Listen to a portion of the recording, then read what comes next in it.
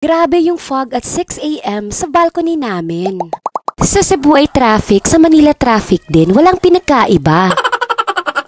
On our way to Tagaytay, natulog si Lindsay sa likod at ako naman ay medyo inaantok na din at nagsabi na ako kay daddy na iidlip ako. Buti siya ay nakapagkape kanina kasi mahabang biyahe pa kami today. Nung nagising na lang ako, dumating na pala kami sa Tagaytay at tumiretso na si daddy dito sa Bag of Beans kung saan kami nakapag-date before nung wala pa si Lindsay. Kinising na lang kami ni daddy pagkadating namin dito at ang galing nga, nakapag-order na din pala siya ng food namin. At alam niya na din kung ano yung gusto kong pagkain. Hello ulit sa inyo! Share pala kami ni Lindsay sa food ko na pancakes, bacon strips, ham, hash browns, egg, and pork sausage at tatong isa. At yung food ni daddy is egg and beef tapa at tortosino, not sure lang.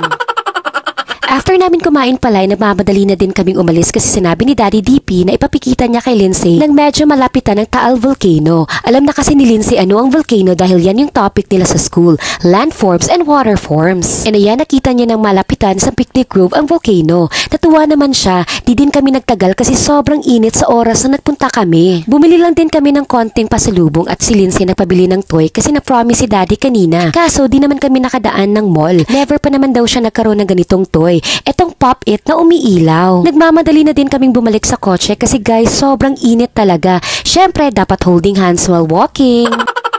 Dumiretso na din pala kami kung saan kami mag-check-in dito sa Tagaytay Wind Residences. Hindi namin first time dito kasi nakapag-check-in din kami dati nung kasama namin si Wawa pero sa ibang tower naman yun. Para din siyang hotel guys, may front desk din siya and dito kayo mag-check-in and mag-iwan ng IDs nyo. Nakapag-check-in na pala kami and inaantay lang namin yung caretaker sa Ava's Crib. Sa 15th floor yung unit kung saan kami naka-check-in and ayan, excited na ang Lindsay. Say hello naman kayo sa napaka-accommodating na caretaker ng Ava's Crib na si Ate Pressy.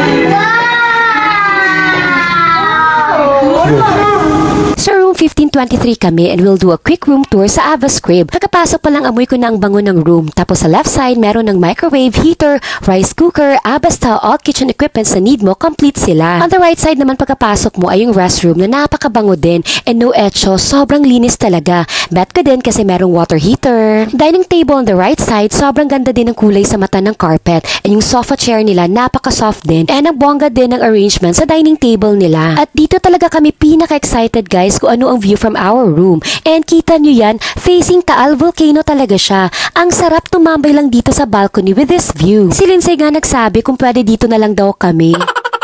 They also have twin bed pala and I guess kasya lang naman kaming tatlo. If not, may pull out naman sa baba. Mas bet namin tumambay dito sa living room. Sinabayan na lang din namin si Lindsay sa pinapanood niya sa Netflix. Movie night for our first night at Ava's Crib. The next morning. Nag-alarm si Daddy DP ng 6 AM para daw makakita si Lindsay ng fog.